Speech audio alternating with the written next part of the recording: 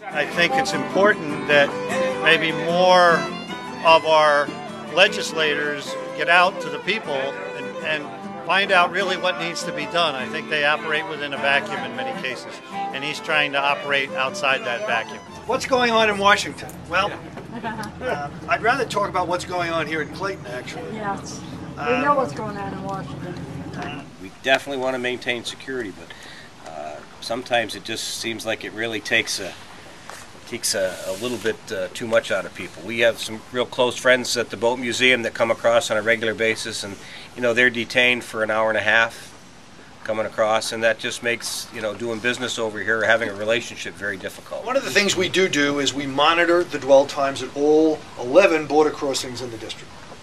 Obviously we can't do it at the boat call-ins, but we do it at all 11 border crossings. We stay pretty focused on that. And what we do is we call Customs and Border Patrol when we start to see the dwell times inching up. We also know that there are spike periods.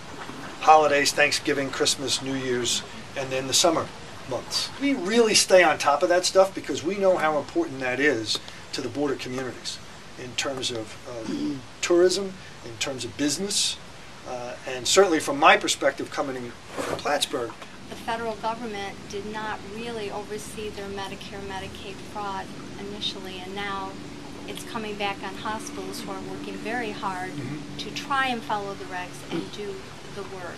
And I'm just wondering how long will we get this pull on us? Clearly there's a lot of things in there that have, for whatever policy reason they were put in, it's long lost its purpose.